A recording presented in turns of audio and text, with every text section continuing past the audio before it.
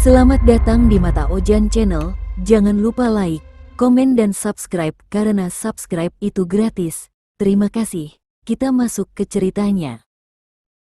Hari itu, Dimas baru saja pulang kuliah ketika temannya, Raffi, menghampirinya dengan senyum lebar. Di tangannya, Raffi membawa selebaran berwarna hitam keemasan bertuliskan, Seminar Kesadaran Jiwa, Jalan Menuju Pencerahan Sejati. Dimas tidak terlalu tertarik, tapi entah kenapa Raffi memaksa. Serius, bro, ini keren banget. Katanya pembicaranya bisa bikin orang sadar jati dirinya, ucap Raffi penuh semangat. Dimas menatap tulisan di selebaran itu. Tidak ada nama pembicara, tidak ada alamat lembaga resmi, hanya simbol lingkaran dengan mata di tengahnya. Ajaran baru, bisik Dimas dalam hati, agak merinding. Tapi karena Raffi terus mendesak, ia akhirnya mengiyakan untuk ikut. Tenang aja, cuma seminar. Banyak makanan gratis juga katanya, tambah Raffi, mencoba meyakinkan. Dimas tertawa kecil, walau masih ragu. Ia tak tahu bahwa keputusan kecil sore itu akan mengubah seluruh hidupnya. Malamnya, Dimas membuka media sosial dan mencoba mencari info soal acara itu. Namun, tidak ada satupun hasil yang muncul. Bahkan, simbol mata dalam lingkaran itu tidak ditemukan dimanapun. Ia mulai merasa tidak enak.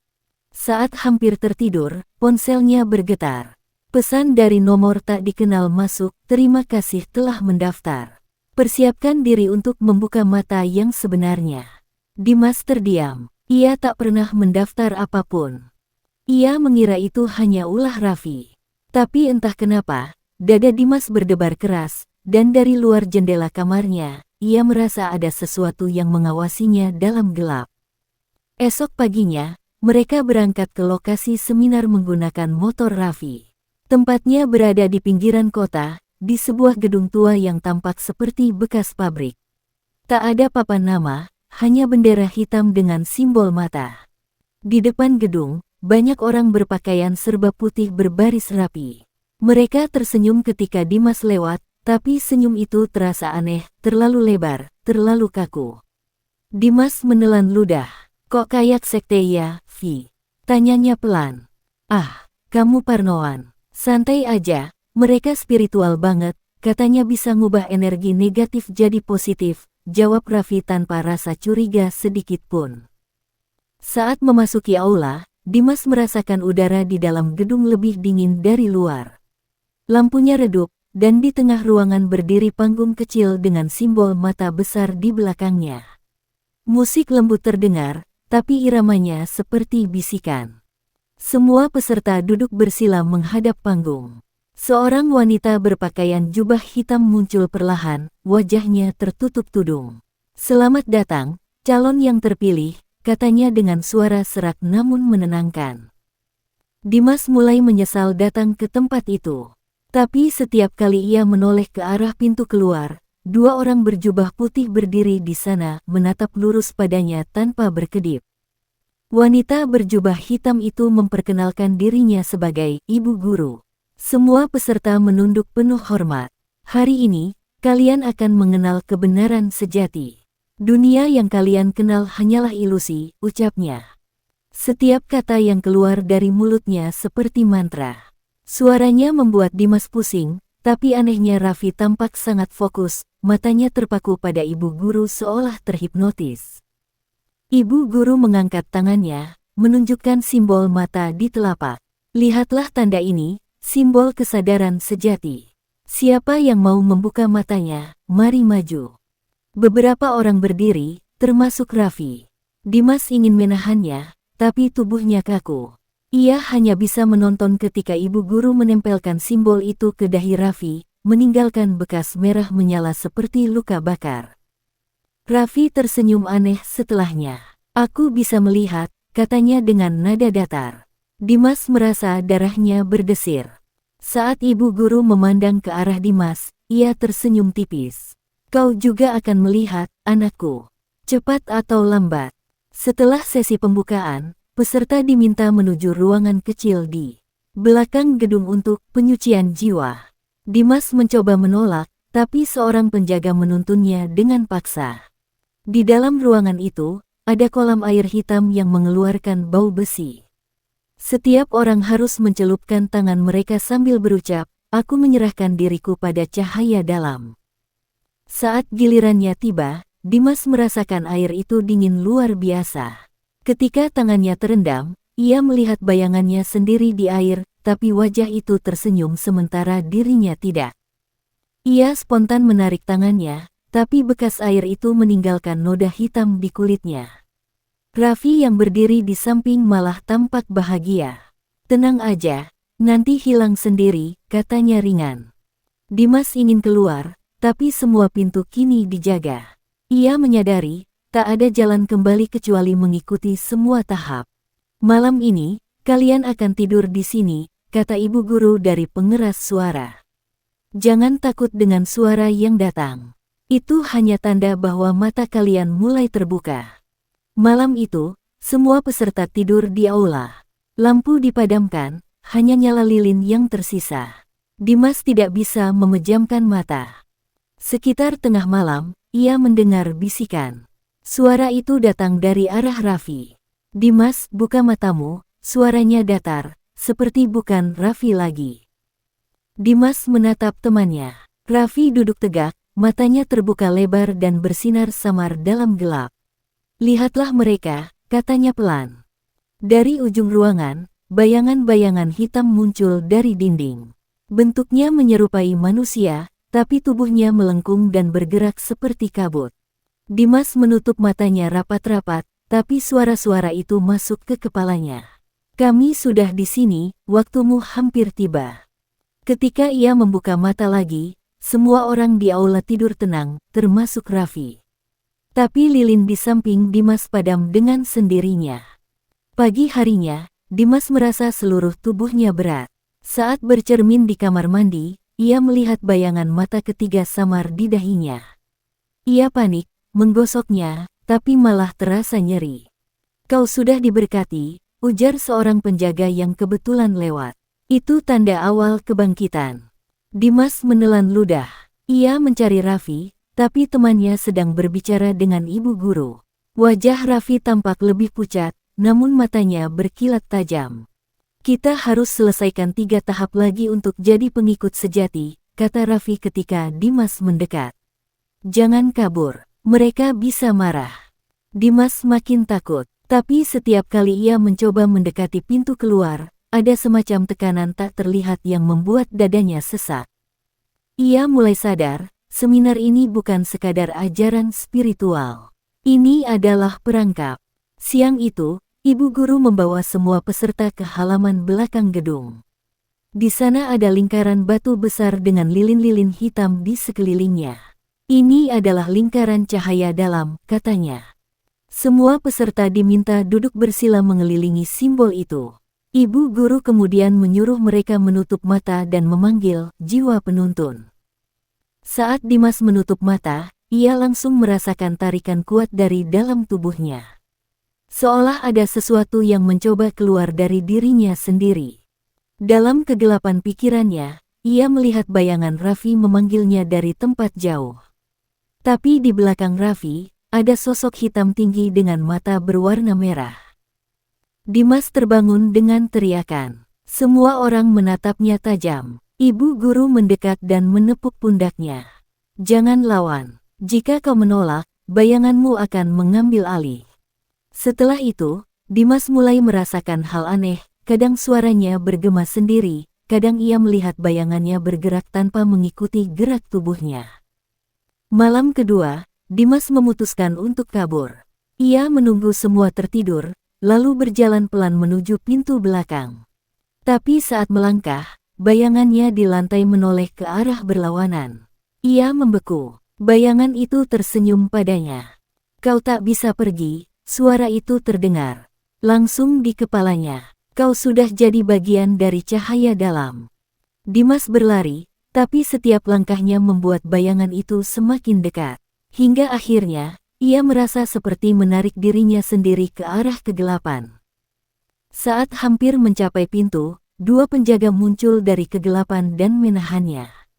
"Belum waktunya," kata mereka bersamaan. Ia pingsan di tempat, dan ketika terbangun, tangannya sudah diikat di ruangan penuh simbol mata di dinding. Raffi datang menjenguk Dimas keesokan paginya. "Maaf, bro," katanya pelan. "Aku nggak tahu bakal separah ini." Dimas menatapnya tajam. "Kau tahu ini sekte, kan?" Raffi terdiam lama, lalu mengangguk. "Awalnya aku ikut cuma buat nyembuhin ibu yang sakit. Tapi mereka minta aku bawa satu teman baru untuk bisa keluar." Dimas terpaku. "Jadi, ia hanyalah tumbal. Mereka bilang kalau aku membawa satu jiwa baru, aku bisa bebas," kata Raffi dengan air mata menetes. "Kau pikir aku bakal diam aja?" Dimas berteriak, tapi pintu ruangan terkunci rapat. Dari luar terdengar langkah kaki ibu guru. "Sudah waktunya kau memahami peranmu, Dimas," suara ibu guru menggema. "Kau bukan korban, kau yang terpilih." Raffi menatap Dimas dengan ketakutan. "Aku sudah melihat masa depanmu di cahaya dalam," bisiknya. "Dan itu, bukan manusia lagi." Malam itu, Dimas dibawa ke ruang utama. Di tengah ruangan, simbol mata besar menyala merah. Semua pengikut berdiri mengelilinginya sambil melantunkan mantra. Ibu guru mengangkat tangannya, dan udara di ruangan menjadi berat. "Buka matanya," perintahnya. Dua penjaga memegang kepala Dimas dengan paksa. Ia berteriak, tapi panas luar biasa menjalar di dahinya. Sesuatu di dalam kulitnya seperti bergerak. Ia merasa mata ketiganya, terbuka perlahan. Seketika ruangan berubah. Ia bisa melihat bentuk asli semua orang di sana, bukan manusia, melainkan makhluk dengan wajah berlapis, dan di tengah-tengahnya, ibu guru menampakkan wujud sejatinya, sosok tinggi berkulit abu-abu dengan ratusan mata di tubuhnya. "Selamat datang di dunia nyata," ucap makhluk itu dengan suara bergema. "Kau sudah melihat, maka tak ada jalan kembali." Dimas menjerit, tapi suaranya tidak keluar. Dalam pantulan mata-mata itu, ia melihat dirinya sendiri berubah, pupil matanya kini berbentuk vertikal seperti reptil. Dimas kini melihat dunia dengan cara yang berbeda. Setiap mata di sekelilingnya menatap tanpa henti. Warna-warna di ruangan berubah menjadi merah tua dan hitam pekat, seolah cahaya biasa telah mati. Ia bisa melihat sesuatu di balik kulit orang-orang itu, bayangan berlumur darah yang berbisik tanpa suara. Raffi mendekatinya, tampak gugup. "Kau sudah terbuka, sekarang kau bisa melihat mereka," katanya dengan suara gemetar. Tapi Dimas tidak menjawab. Ia sibuk menatap refleksi dirinya di dinding kaca. Di sana ia melihat dua sosok berdiri di belakangnya, tinggi dan kurus, dengan mata besar yang berputar tanpa kelopak. Ibu guru tertawa pelan. "Mata ketigamu telah bangun. Kini kau bisa melihat yang tidak seharusnya dilihat manusia." Suaranya lembut tapi mengandung kekuatan yang menekan dada Dimas. Ia berusaha menutup matanya, tapi pandangan itu tak mau hilang. Bahkan dengan mata terpejam, dunia yang ia lihat tetap sama, penuh bayangan bergerak dan wajah-wajah asing yang memandangnya dari kegelapan. "Lihatlah, Dimas," kata ibu guru. "Itu bukan mimpi buruk. Itu kenyataan yang selama ini disembunyikan dunia." Dalam ketakutan dan kebingungan, Dimas mulai berpikir bahwa mungkin ia memang sudah terjebak di antara dua dunia, dunia manusia dan dunia yang tidak pernah diceritakan siapapun. Setelah ritual itu, Dimas dipindahkan ke ruangan batu di bawah tanah. Setiap malam, ibu guru datang membawa air hitam untuk diminum. "Untuk menenangkan penglihatanmu," katanya. Tapi, setelah meneguknya, Dimas justru mulai mendengar bisikan di kepalanya yang memanggil namanya berulang kali. Ketika ia mencoba tidur, ia merasakan sesuatu menggores dahi tempat mata ketiganya berada. Saat ia menyentuhnya, jarinya berlumuran darah. Namun luka itu tidak pernah sembuh.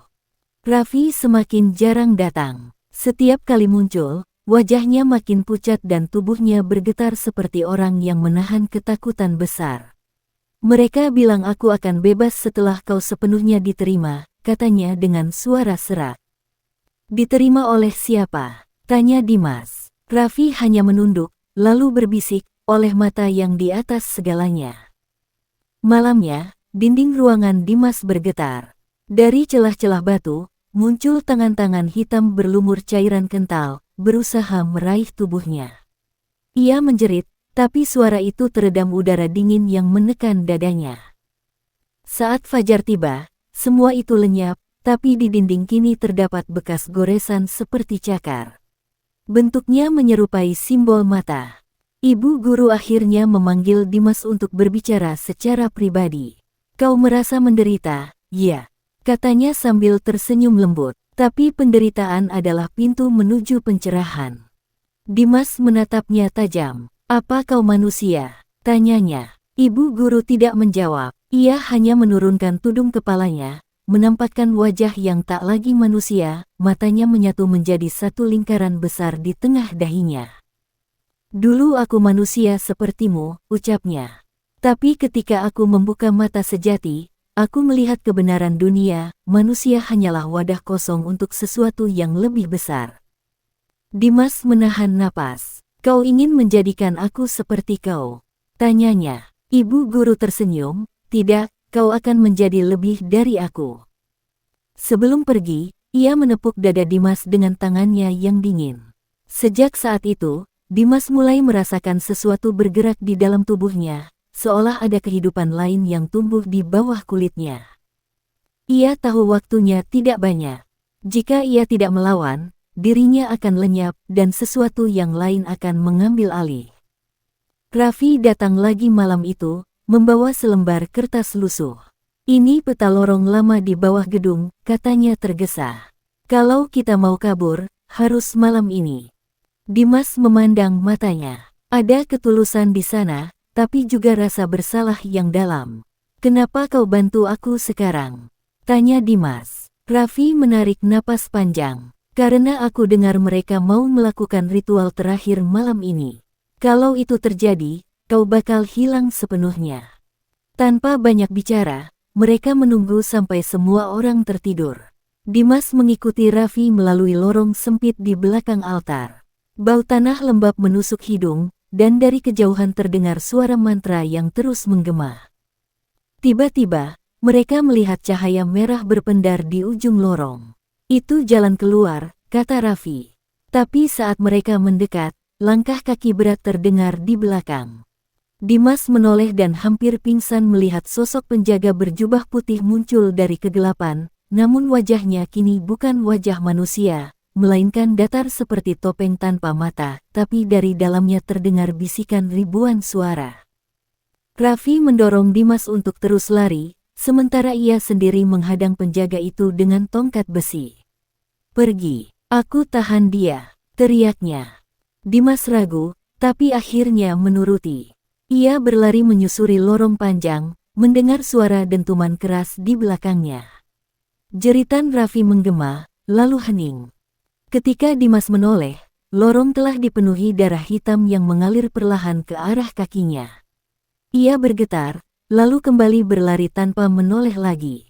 Lorong itu tampak tak berujung, namun akhirnya ia tiba di sebuah pintu kayu tua.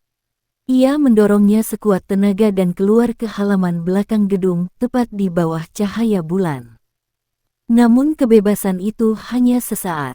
Di tengah halaman, ibu guru sudah berdiri menunggunya. "Tak bisa kabur dari mataku," katanya dengan tenang.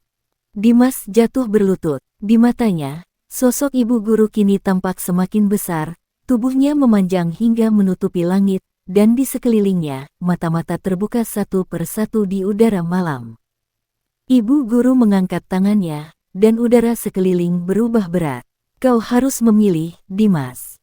Terima peranmu, atau ikut mati bersama tubuh lamamu." Dimas menggertakkan gigi. "Aku tidak akan jadi bagian dari kalian." Tapi tubuhnya mulai bergetar hebat, seolah sesuatu dari dalam ingin keluar. Suara berdesis terdengar dari dadanya. Dari arah belakang, sosok Raffi muncul terlatih. Tubuhnya penuh luka, darah menetes dari mulutnya.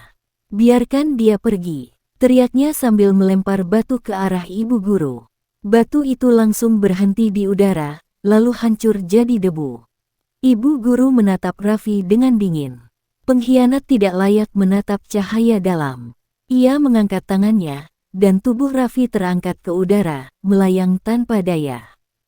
Sebelum semuanya berakhir, Raffi menatap Dimas untuk terakhir kali.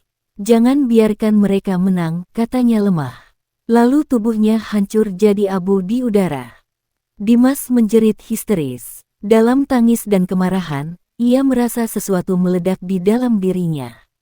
Mata ketiganya terbuka lebar, dan cahaya putih menyilaukan menyelimuti seluruh halaman. Semua yang ada di sekitarnya terhenti. Para pengikut ibu guru menunduk ketakutan. Dimas kini bisa melihat segalanya, setiap roh, setiap bayangan, bahkan wajah asli ibu guru yang berlapis mata-mata. Ia melangkah maju, dan setiap langkahnya membuat tanah bergetar. "Kau pikir aku milikmu?" katanya dengan suara bergema aneh. "Tapi kau salah." Ibu guru mundur selangkah, matanya berputar cepat. "Kau tak bisa melawan kekuatan yang memberimu penglihatan." Dimas mengangkat tangannya, dan simbol mata di lantai altar terbakar dengan api putih. Dari kobaran itu, terdengar jeritan tak manusiawi. Satu persatu pengikut berjatuhan, tubuh mereka meleleh seperti lilin. Ibu guru berusaha mendekat, tapi cahaya dari dahi Dimas semakin kuat hingga menembus tubuhnya. Dalam kilatan terakhir, ibu guru menjerit, lalu lenyap jadi kabut hitam yang terbawa angin malam. Ketika cahaya itu padam, Dimas jatuh tersungkur. Tubuhnya penuh luka dan darah, tapi ia masih hidup. Ia menatap langit yang kini terlihat aneh, bintang-bintang tampak seperti mata kecil yang terus memandangnya. Ia berjalan terseok keluar dari area gedung. Tidak ada lagi penjaga, tidak ada suara. Hanya keheningan dan bau terbakar yang pekat. Di kejauhan, ia melihat kota berpendar. Tapi setiap lampu kota kini terasa berbeda, berkedip seolah menyapanya. Dimas menangis. "Aku bebas," katanya pelan. Namun ketika ia menyentuh wajahnya, ia sadar mata ketiganya masih terbuka. Ia bisa melihat hal-hal yang tak bisa dijelaskan manusia. Ia ingin menutup matanya, tapi tak bisa. Dalam setiap bayangan di tanah, ia melihat sosok Raffi berdiri diam, menatapnya tanpa emosi. "Jangan berhenti melihat," bisik suara Raffi dari jauh. Mereka belum selesai. Beberapa hari kemudian, Dimas kembali ke rumahnya.